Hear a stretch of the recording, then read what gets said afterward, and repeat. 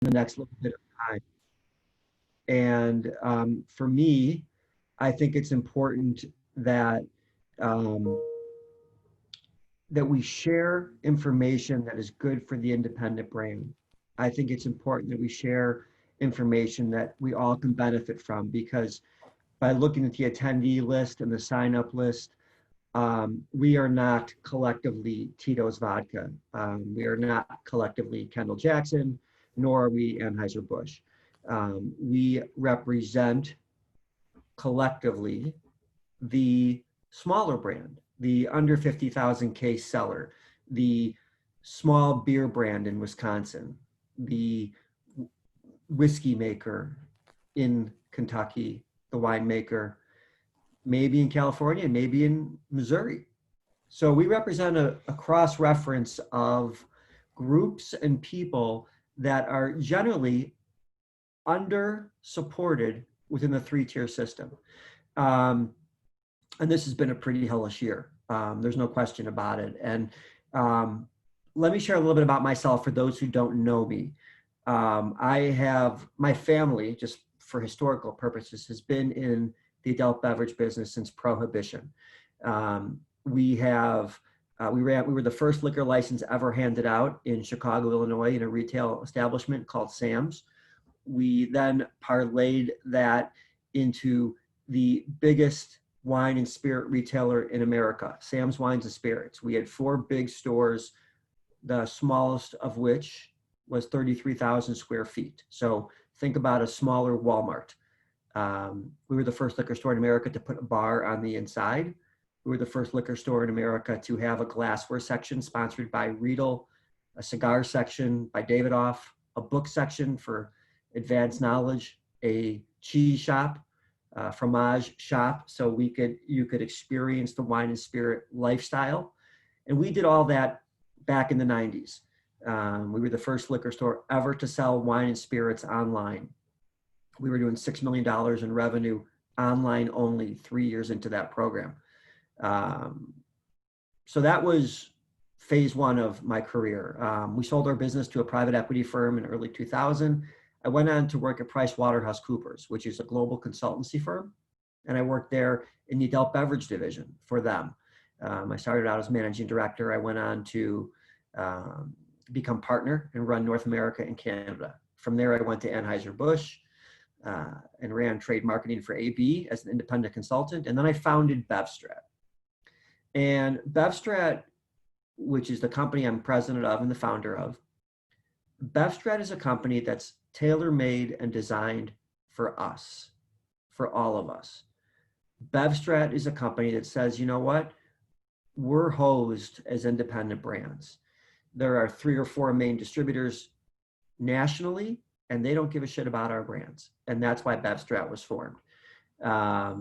We grew that business to multi-million dollars in revenue. When I sold that business in January of last year to MHW, which is the largest independent distributor or 3PL in North America, based in Manhasset, New York.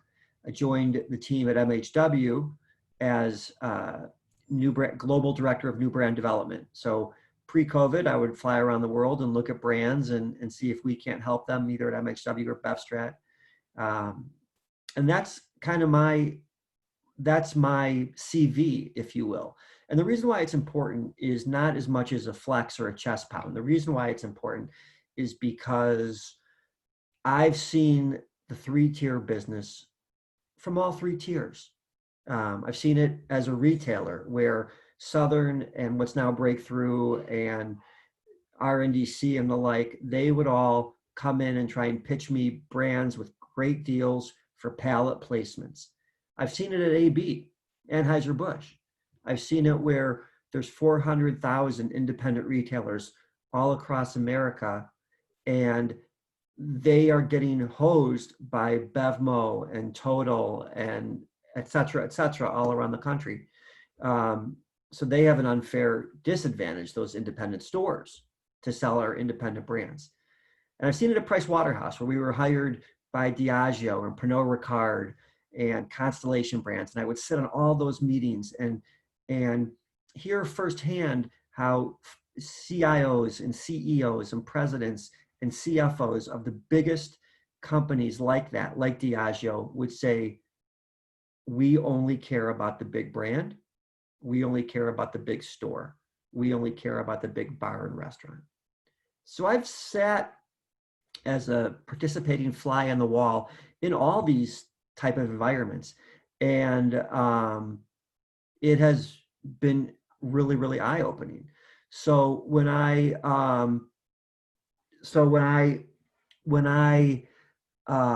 talk to you about the three-tier system, this is really kind of from a place of love and a place of thoughtfulness, because we're in a bad way now. And generally speaking, the Craft Beverage Expo, which was kind enough to invite me to the webinar, they put on this event in December, Craft Beverage Expo, and it's for us. It's for our people. It's for the people behind me in my home office, which could easily double as a liquor store or wine shop. It's for us, the people who need the retailer to pay attention. It is for us, the people who need to support each other, because Tito's doesn't need support, or KJ, or Santa Margarita, or AB, or Goose Island. They don't need support. Us collectively need to work together on understanding the three-tier system and understanding where the opportunities are. So that's the CV. Let's put that in the rear view. Let's talk about the world today. March of this year, I was on vacation with family, came home March 10th, and as I'm boarding the plane to come back, I was international. As I'm boarding the plane to come back, the person who was in charge of the carriage, the transport, gave me antibacterial to put on my hands. And my wife and I said, well, what the hell is this? Like, what are you doing? And they said, there's a real big problem in America. This is what we have to do. Sure enough, we fly home. We get back to Chicago, where we are today, and the whole world has changed. 50% of the community that we sell into is closed, bars and restaurants. No one knows what's going on. No one can give anyone a direction. Our friends that are distillers, our friends that have invested millions of dollars in infrastructure and distilleries, are making hand sanitizer, right? They're making this. They've invested tens of millions of dollars in stills, and they're making hand sanitizer. And that's the world. That's the world that we come home to. My sales immediately went down by 50% for the brands that have hired us. No one's got great answers. No one's got a timeline. So here we are now. It's mid-September, and the world has changed. And I am more of the optimistic front, because trends do point towards sales being okay. Now they're in half the market, or let's call on-premise maybe 50% open, 25% open, but off-premise never closed. There's a memory burned in my eye of when Denver said they were going to close off-premise stores. And there were lines like it was the first Star Wars in 1977. Out the door. There were lines like it was Jaws premiere, which is where the term blockbuster was coined, because the people went around the block. Denver reversed their course, and people were able to shop in liquor stores again. But I feel very confident and fairly confident that off-premise retail will remain open throughout the end of the year and in perpetuity. On-premise is a different animal. Here in the Midwest, New York as well, I know there's a lot of people online from New York. On the East Coast, it's going to start to get colder, the Northeast.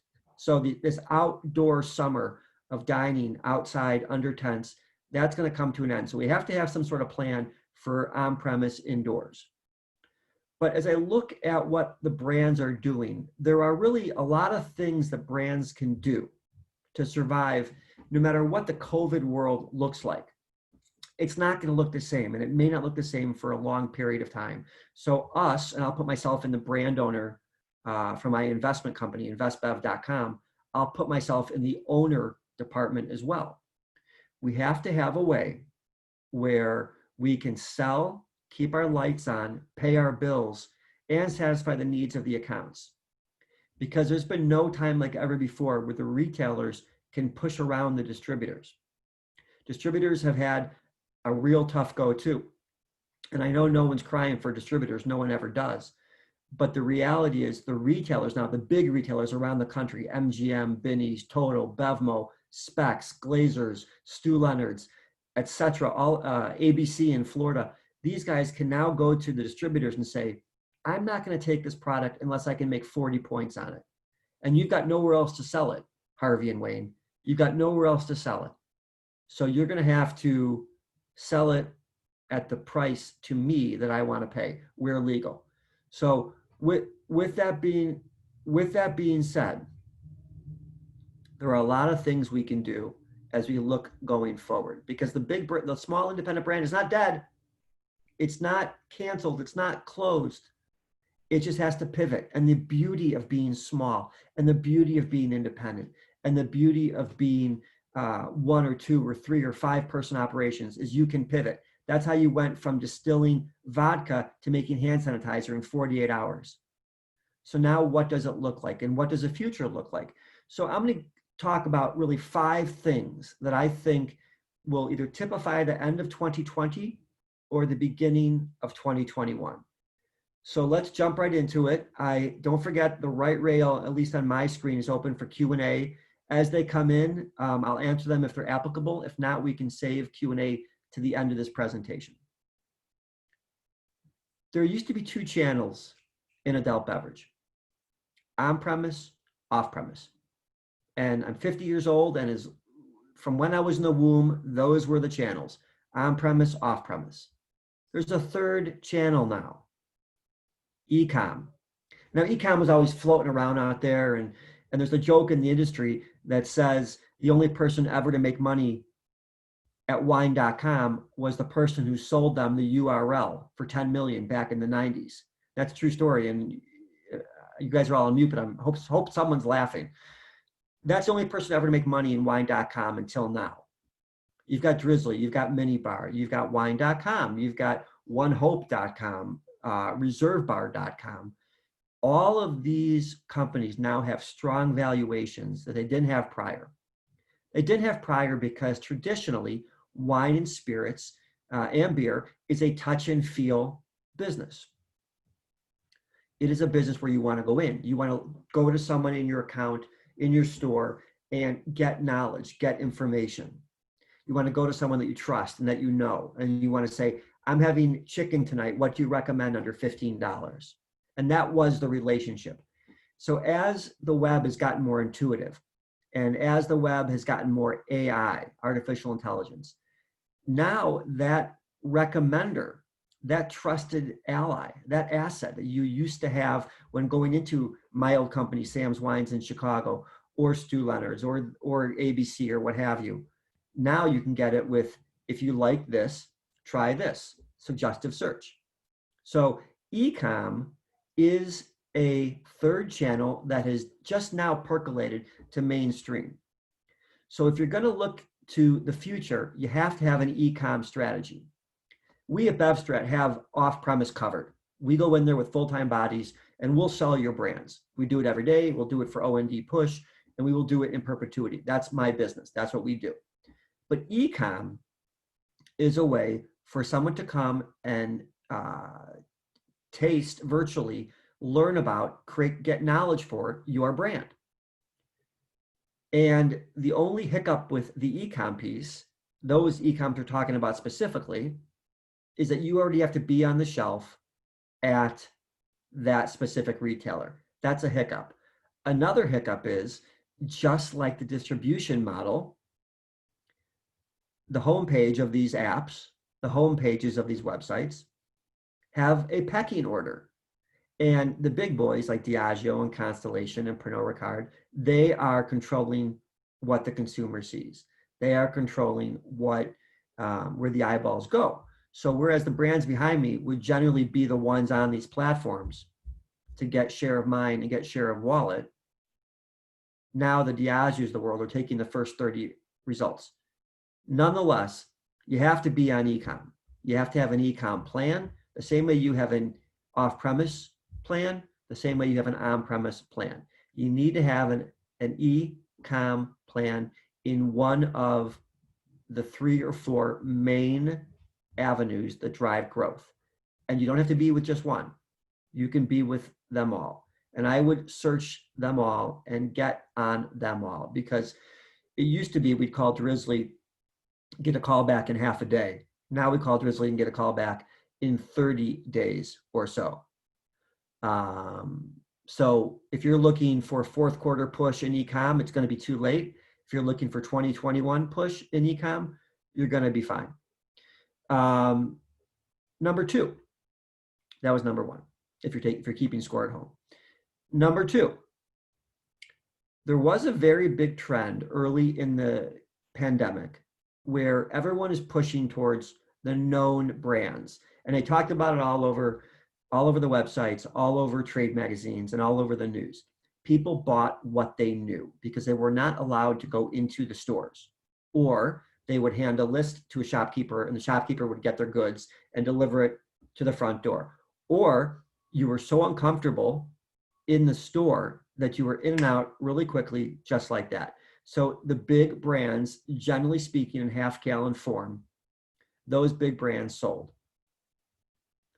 Here's what happened. By definition, there's no gross margin for the retailers on big brands. There just isn't. They're working on 5 and 10% because big brands are very price competitive. Big brands are advertised in the paper. Big brands are always and generally meant to bring a customer in where the employee of the shop or the store can sell them something different at higher margin. It's the Total Wine type of model. The problem with during COVID is that you couldn't get in the store. No one could sell you a better brand at a lower price at a higher gross margin. So you go into a store and you get what you know. And I keep picking on the same brands because that's just who I am. I'll switch it up. You get an Absolute. You get a Estancia Cabernet. You get a Miller High Life. You get those things. And while the retailer has made $40 in top line revenue, they've made $3 in gross margin profit. It's a bad sale for the retailer. So what we think will happen at the end of this year and going forward is that there is a huge hole and a desire for the brands that the viewers of this video cast and our clients and the independents behind me, there is a market for them. Because if you go into these accounts and you sell as a gross margin play, you're going to get their attention. They're selling $40 worth of goods and making $3. You can provide brands for them that sell $40 worth of goods and they can make $10. And why those numbers are insignificant is true. If it happens 30, 40 times a day, it becomes real money. Because I'll tell you what hasn't gone down in COVID. Their sales have gone down. What hasn't gone down? Likely rent, payroll, insurance, operating costs. So their expenses are the same, their revenue is half, and the gross margin is even less. So if these independent brands can provide a positive financial experience for the store, then I think that is going to be the way forward, not only OND, but 2021. Number 3, and I've said this on various podcasts and in publications and on my blog and etc. At-home consumption is where it's at. I don't want 10 strangers coming in my house that I don't know. Are they safe? Are they not safe? And I'm not a worrywart, but these are just normal questions we have to ask given the current environment. I am going to want people that I know to come home with me, come home to my home, and we will entertain together with them. They're people I know, people I trust. And with that, I'm not going out anymore. I'm having people home. So the goal would be for that on-premise consumption to push to off-premise and off-premise house consumption. And one more thing to that effect. RTD cocktails also are a go-forward trend that's really going to make sense. Because I'm making drinks at home, I don't want to mix 5 things to make one thing. I just want to open one thing. If you look behind me, if you can see, these are all pre-canned 100 ml cocktails. Negroni, Old Fashioned, Manhattan, Rock and Rye, Whiskey Sugar. That is not going away. I don't want to buy 5 things to give the person in my house one thing. I want to buy one thing and give them one thing. There's a movement towards environmentally stable, shelf safe, good for everyone, being conscious of the current environment. That's not going away.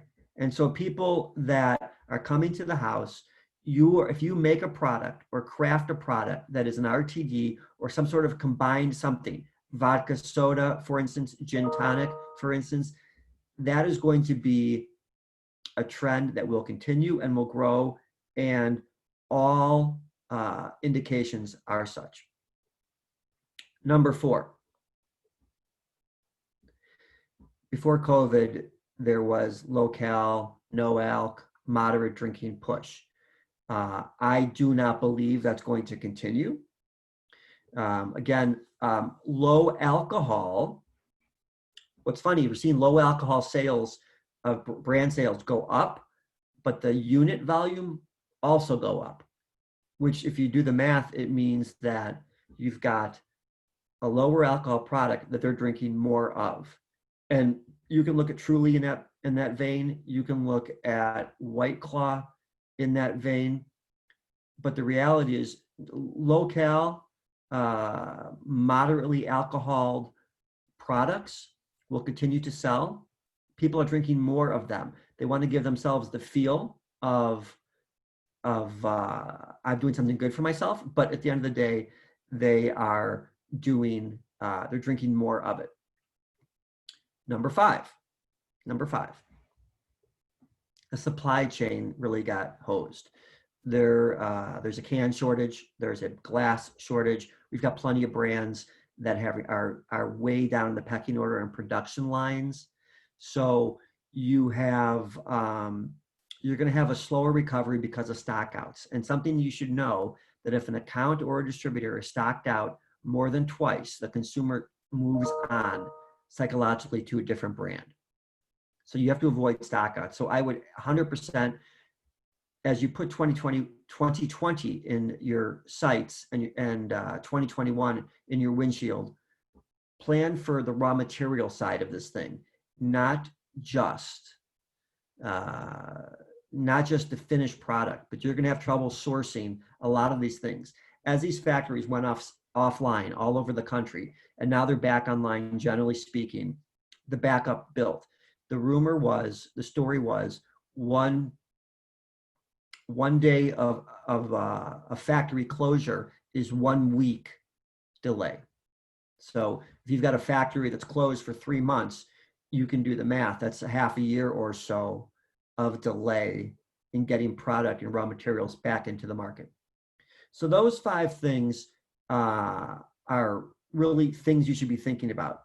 And then finally, something that people don't think about that's unrelated to our business, but is related to our business. And I can say this because it affects me personally. I'm in my home office. I've been in my home office since March 10th. I have not left. Yep. I'm sitting here, and I've been sitting here, and I'm wearing a nice shirt on top, and I'm wearing shorts on the bottom. I'm at home, and you all have done the same. What's my point? My point is that I'm not traveling. So I'm not going to hotels and restaurants to drink and eat.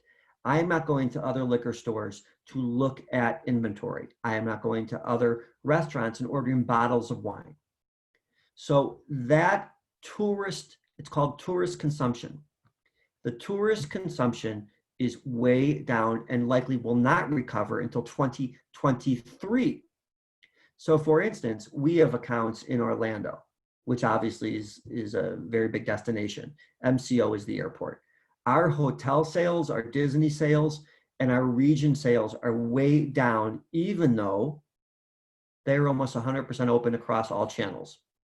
It's because no one's traveling. And by no one, I mean, it's not like it was. Travel right now, according to the NTSB, is 18% of 100% of where it was a year ago now. So travel consumption, when I go to New York and I eat at Wolfgang's and I get a bottle of wine or a couple drinks, that's over. So now it's locals are left to support travel restaurants and travel hotels. So that's a real thing. And we don't think about it because we're not in the travel business if we're brand owners, right? We're not in the travel business, but the reality is we are. We are in the travel business because if we're selling brands to distributors who sell to those accounts, that's a problem because depletions are going to slow way down. And I'll give you something else. I'm done numbering. This would be 7. I'll give you something else that's happening in the country in terms of our business. And if you follow me on LinkedIn, this is as clear as day. Southern put out a press release about their new application that's for retailers, often on premise, about the ease of ordering. Their system is now rolled out in 30 plus states, and you can go on your phone and you can order your shelf set and you can order your goods. So rah, rah, rah, chest pound, great for Southern. You know what that means in another way? In another way, it means that they're going to continue to lay off salespeople. And salespeople are the people that sell the brands behind me.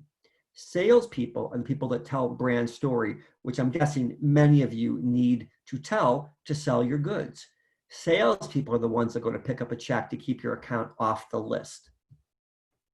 Coming to an end. So it just further exasperates the story that 500 brands in America account for nearly 100% of the SKU velocity, 94%. And there's thousands and tens of thousands of brands that account for the difference, that account for the delta. Those brands are, I'm guessing, the brands on this webinar.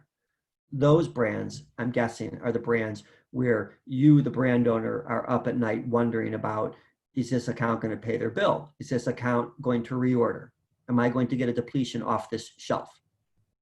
So those things, along with a myriad of others, are really should cause us to put 2020 in the let it go category and start focusing on 2021. But that really is the state of the business right now. And if I can surmise in kind of clean buckets what we've been talking about, a small brand is needed for the survival of the on and off premise account. The unfortunate piece of that is that distributors don't sell small brands. Small brand owners sell small brands. Services like Beverage sell small brands, but the distributors aren't going to do it. Half the accounts roughly are closed around the country and on premise. Now, while they are opening slowly or opening at limited capacity, they're still not 100% open. And with that, your sales will be down as well because the big distributors are in there selling at crazy low deals. Another thing to surmise. Distributors are sitting with goods, and they have been sitting with goods since March. There's not a lot of new brands coming on board to distributors because they've got warehouses full of inventory they need to sell to turn that inventory back into cash. So when you go there and pitch your fancy schmancy tequila to Breakthrough or to RNDC or Young's Market, they've got 30 tequilas they need to sell to hit numbers, and yours isn't one of them. So you need to find a way. So there's no time like ever before where the brand owner has to be very, very, very proactive. There's no time like ever before where the brand owner has to say, it's up to me to make my brand successful. Finally, and I talked about it earlier, it is super important to sell financially. You'd be surprised, having been a retailer and the biggest one in America at that, I don't care so much about the winemaker and the terroir and the slope of the field and the sun. I don't care that your distiller is the best distiller on earth. What I care about as a retailer, not the consumer, what I care about as a retailer is that I can buy your product in, sell it at margin, and pay the bill before it's due. That's what I care about as a retailer. And by retailer, I'm bucketing on and off premise in there as well. So if you're in the market and you've got tear sheets, I would very much encourage you to put some suggested retail pricing on there. And I would very much encourage you to put some proposed gross margin on there. These guys are dying slowly. In New York, my last report, Wall Street Journal, 2 days ago, 75% of, it's 30, 60, so 75% of New York City restaurants will not reopen. Will not reopen. So that's 75% of the available market to sell your goods will not be there. So everyone's going to fight for the same 25%. And I don't know, I can't tell who's on the webinar, but how do you fight Empire or MS Walker or Breakthrough or Southern or O-Pee-Chee? You can't. So you have to fight a game you can win, and you can win a gross margin game. You can go to a shopkeeper and say, this wine, you can make 45 points on, and I'm going to be here and I'm going to help you sell it. That's how you recover 2020. That's how you get retailers on your side, because not only are the big boys laying off their sales teams, they are phoning in their orders. They're texting their orders in. Imagine being the one supplier who's going in on the ground and selling goods. You get points just for that. Jeez. So I am going to, I'm going to pause. There's some questions coming in. And I want to hear what you all have to say. We've got a couple dozen people on the line, and I've said a lot of stuff, and I've talked for 30 minutes. So I want to hear what you have to say. Part of the best answers come out of the best questions. So let's see what we have here in Q&A. Okay, I'm going to read this out loud, and I'm going to see if I can answer it. It's from an anonymous attendee. I like that. I like that. It's very mysterious. I am working with an international distillery, and no importer wants to take a new brand. Saying distribution won't take them. So what happens for international companies who are willing to work with retailers on pricing, etc.? Thanks. Okay, anonymous attendee, and I would argue that anonymous is a weird first name, but I'll run with it. Right now, 3PLs are very critical. MHW, Park Street. And I'm gonna give them both equal billing, although I am an equity owner of MHW. You need to get in market. And with those type of 3PLs, which is third-party logistics, you can get in market immediately. You can get New York, Florida, California, and New Jersey. Those are all states that are self-distribute states. If you're willing to hold the note on the goods, so in a traditional program, you're a brand overseas, as I'm guessing this is. And that brand needs to sell it to an importer needs to sell it to a distributor, and a distributor needs to sell it to an account. That's great, but there's three need to sell it in that sentence. And that makes it very challenging, especially given the situation. 3PLs say, we're going to import your brand and we're going to distribute your brand, but you're not going to get paid for anything until it sells at the last step to trade. So that is the only way right now. And I'm gonna also share with you, having sit on these calls with WSWA and ISDR and Discus, etc. That's not going to change. It's going to be like that for a long period of time. So get cozy with your 3PL providers. I'm happy to share more if you want to reach out through LinkedIn or what have you, but 3PLs are going to be a saving grace for you. Next question. From JH. So what do you see as the biggest future opportunity to get relevancy for my brand so sales grow? Where should I focus? Well, this is actually a good question, because we've onboarded a bunch of brands in the last couple of weeks, and you know, I have a vodka brand in Florida that we've onboarded, and the guy has a projection of 1,000 cases in his first year. And I called him back and I said, I'm sorry, 10,000 cases in his first year. I missed a zero. 10,000 cases in his first year. And the guy called me back and he said, and I said, you're going to do 500 cases. You're a vodka. You're the most crowded category in America. And you've got, you'll do 500 cases. And Tito's did 400 cases in their first year. Tito's was the free good on Absolute. So it's about setting your expectation, JH. From a future opportunity, I think I think e-com is a huge opportunity. I think making RTDs is a huge opportunity. I think being pricing competitive is a huge opportunity. You may, one thing I say all the time in our videos is that making a product for yourself, you've got an audience of one. Making a product for the general sales public, you've got infinite audience. So e-com, app-based sales, selling with purpose, cause-based brands, giving X percentage to some sort of cause. Those all are trends. Those all are continuing. But where you should focus, I would say e-com and off-prem. On-premise is going to be a shit show for a long period of time. Off-prem, e-com. That's where I would focus, JH. Kelly asks, do you think that after COVID, the on-premise business will still be able to offer cocktail delivery and continue to act as a wholesaler? That's a great question too. I'd be hard pressed to see it go backwards. I would be hard pressed to fight the battle if a state said we're going to change our liquor laws back because the world is back to normal. So there's two variables there, right? What is there going to be a back to normal? I don't know. Not in the near term. The second piece is it's very hard to take back what's been given already, just from a human nature standpoint.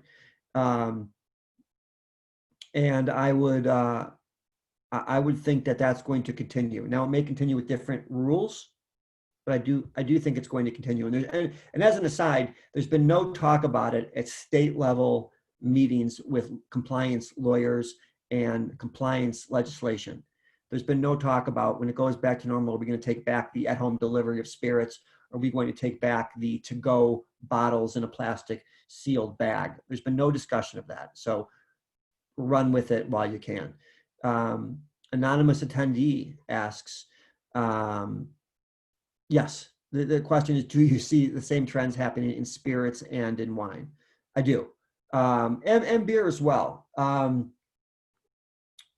Spirits are interesting because, as you probably know, mezcals, cachaça, tequila are very, very, very hot right now, and continue to be hot. Everyone's still waiting for gin to pop. Vodka's come and gone. Whiskey is, again, I know there's some whiskey guys on the call. Whiskey's hot and whiskey is in short supply. So that's always going to be a good investment and a good use of inventory dollars. But I think that the more you get crafty, but not weird craft. Again, your audience is not you. Your audience is everyone else. So, tequila with spice notes, I don't know if that's got legs, right? Gin with baby's diaper, hints of baby diaper and things like that, like really crazy, creative. So I'm making a joke, but, creative concoctions, but keep it normal, keep it price sensitive, market it the right way, and you'll be just fine from a spirit category. But look, alcohol traditionally has been recession proof since 1933. It has gone up traditionally since that period of time. It's a non-correlated asset, meaning the alcohol market is not affected by employment, by the stock market, and by global affairs. It may ebb and flow, but it continues to go up every single year. So we have that going for us. Now, the key is, how do we translate the upward trend in sales to the upward trend for the individual peoples on this webinar? Kelly has a follow-up. What can small brand producers do to maximize these new liberties? I would say, Kelly, go tight and narrow on your focus. If you're placing financial bets on on-premise takeaway of a bottle, spirits to go, things like that, then divert marketing dollars, divert effort dollars, and maximize on it. And then that's the beauty of being a small producer. And then when it changes, pivot. But if you're just dabbling in it and watching it do its thing, that's not good for you either, because I don't know what plan B looks like, but if plan A is working, I'd stick with plan A. Another question here from anonymous attendee, which seems to be a regular question asker. Thank you. Do you think people will ever get tasting rooms back on solid footing, or should we continue to focus getting ours back up? I believe the tasting rooms are the single best way to get emotional attachment to a brand that there is.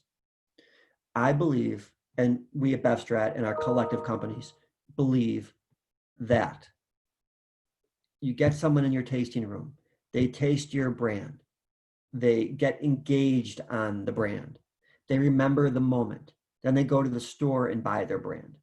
I think they're valuable. I think they're 100% valuable. And I know I know it's a huge cost to keep a tasting room up. And then you've got all sorts of other legal things. You become an open access point for COVID, or an open access point for the consumer. Um, Tasting rooms are important. I've got plenty of guys who have cut down on production and increased tasting rooms because the emotional attachment, when you can't get into the market, the emotional attachment is all you have to go on. Really critical stuff. So do keep focused on it. Tim writes, seems like there is an opportunity in educating the consumer on cocktail education in liquor stores. 100%, Tim. To finish the question, seems like there's an opportunity in educating the consumer on cocktail education in liquor stores for all these at-home occasions. 100%. I'm not, look, we like home entertaining. I like to make drinks. I like to pour wine, but the world has changed now. And if you can have on a piece of paper recipes as shelf talkers, if you can have a home entertaining pamphlet or a home entertaining guidebook using your brand as the base spirit, that's how you get them not only to commit to bringing your brand home, but commit to making drinks with your brand. That is an opportunity for sure. Thanks for the question, Tim. Jack, do you think, see, now I'm showing you my age. Do you think the better for your trends to have allegedly led to less drinking, particularly among young people, will be compounded by COVID and bring down alcohol consumption permanently, or at least for the long run? Do you think post-COVID roaring 20s?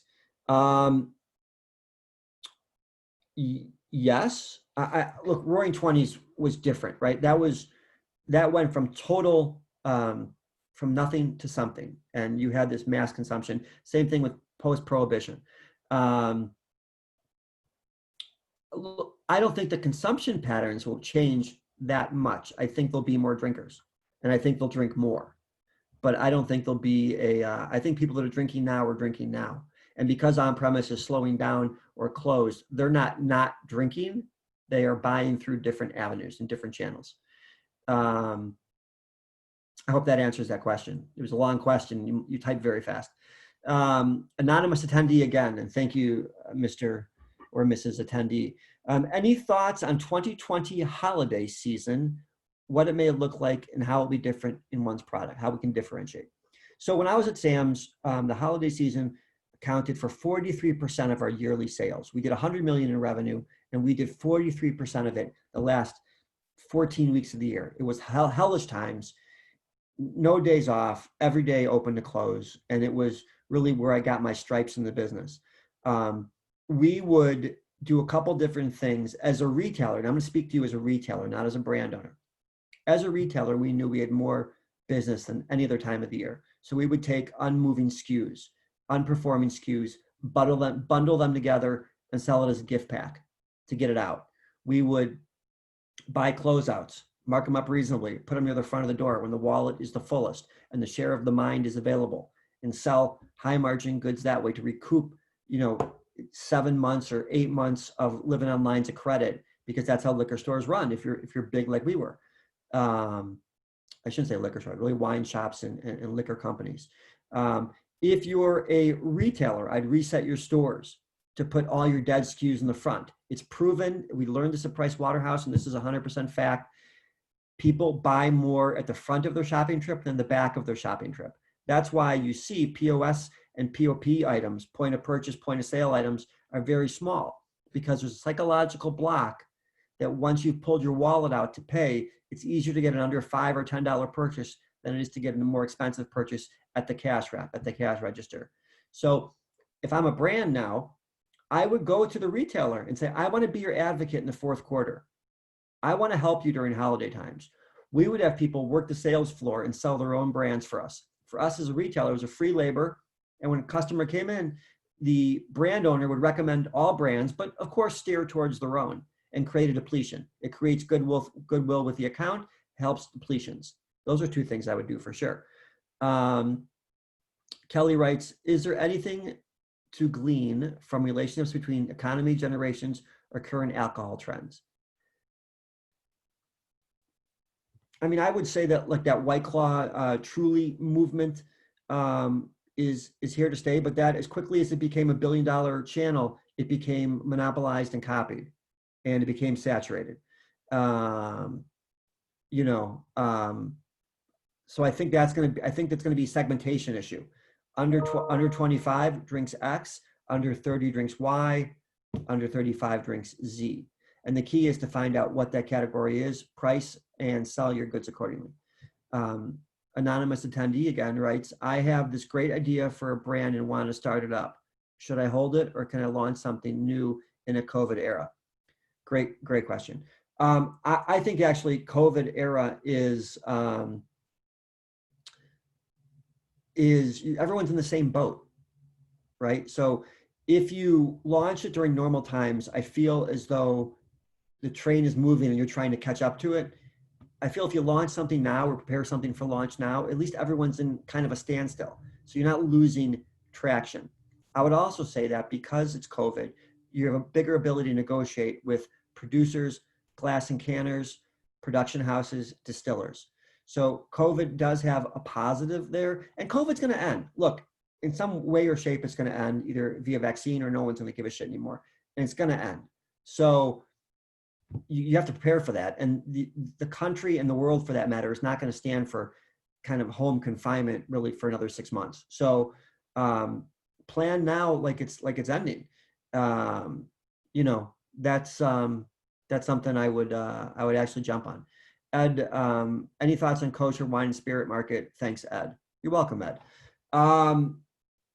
Look, kosher, kosher is like I would go to temple twice a year, and kosher I think has the same kind of big bumps. The issue with kosher wine is, and I've always said this, there's some great wines that are kosher, whether it's Herzog or Rothschild or any of the multitude of others that are good kosher wines from California and Israel and other places. If you sell it and market it as kosher wine, you're going to pigeonhole yourself into being sold 2 or 3 times a year as part of a bump. If you sell it and market it as really good Chard, Cab, Merlot blend, Pinot Noir, then you've got a 12-month wine that happens to be kosher. Example, Beverage had a client that was a Bulgarian blend, red blend. There's not a person in my whole career who's ever come into my stores and asked me for Bulgarian wine. Not one. But there are plenty of people that ask me for really good blends, red blends at certain price points.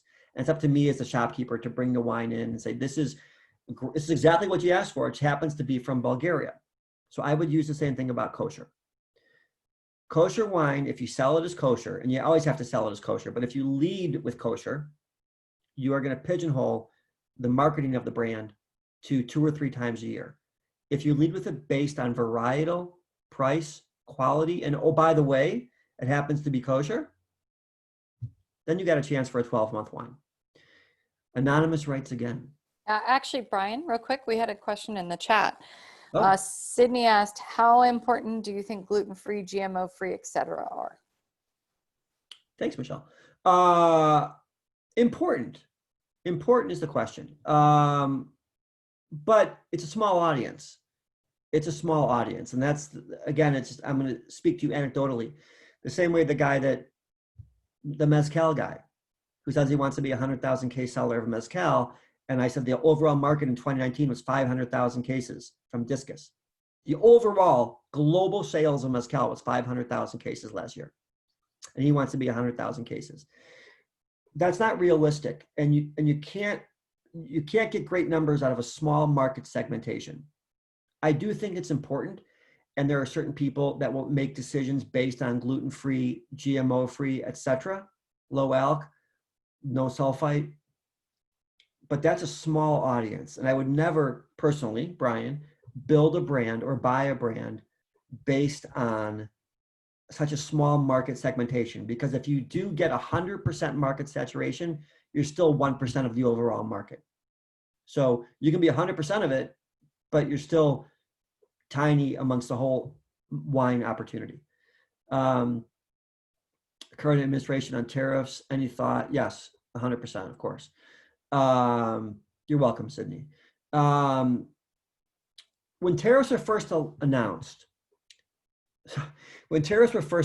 plenty of people put boats on the water to get off their native shore before tariffs came into effect. So to pick up the 25%. And the boats would come over slowly, and it did a couple things. Warehouse prices in California and New Jersey went way up. Warehouse capacity went way down.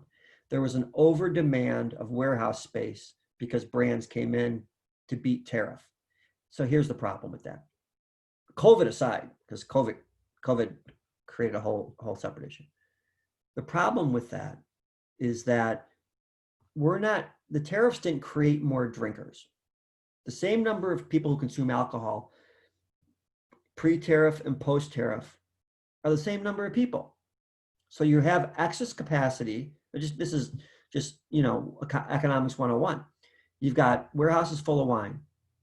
You've got the demand has not gone up, just the supply. So what will that tell you? Your price is going to go down. And that's exactly what's happened. They're paying more for warehousing. They're paying more for logistics and importing. Yet the price to the consumer has got to go down because there's so much inventory. So that's my feeling on the tariffs. If the administration changes, that could all change. But currently, right now, I do feel as though you're going to have, especially coming in a holiday and coming in out of COVID, hopefully, you've got excess supply. Demand has not changed. That will lead to price reduction or downward pressure on price, elasticity of price. And with that, you're going to have what we call in the business closeouts, blowouts, mass sales. So I don't see any more open questions. Does anyone have any further questions, or Michelle, how do you want to take it? And we'll just open up. Anyone have anything in chat or questions for Brian? We have a couple more minutes. If not, we'll give everyone a few more minutes left in their day. There you go. Oh, we got one more from Sydney. Oh, Sid. I don't see it. It says, are you still structuring your sales the same way? Cost to supplier.